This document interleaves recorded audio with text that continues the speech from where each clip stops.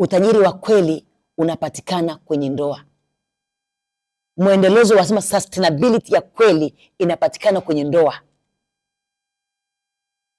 Ukiwa na ndoa, maana yake unaweza kuona kwamba mimi na mume au mimi na mke, kwa hiyo nitapata watoto, nitapata kizazi kitaendelea pale. Kizazi ambacho kina address, kina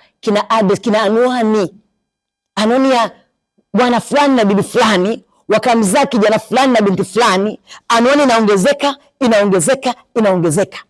Kwa hiyo ndoa inaleta address. Ni heshima hiyo. Ndoa inakupa status. Ndoa inakupa dignity. Kwa hiyo ule utu kutoka ndoa, unapata utu. Kwa mfano katika nchi zetu, hata za Afrika, hata za Ulaya, hata za wapi, hata kama mtu amepata nafasi kubwa ya urais au ya kazi kubwa, lazima awe ameolewa au ameoa, kwa sababu inatambulika kupitia mume na mke kwa pamoja. Hata kazi inakuwa nzuri. Iwe unafanya kazi ofisini, unafanya kazi kwenye kampuni, popote pale, ukiwa na ndoa unaheshimika na unaaminika, unakuwa na address, unakuwa ana anwani. Kwa hiyo ndoa ni njema, ndoa ina heshima.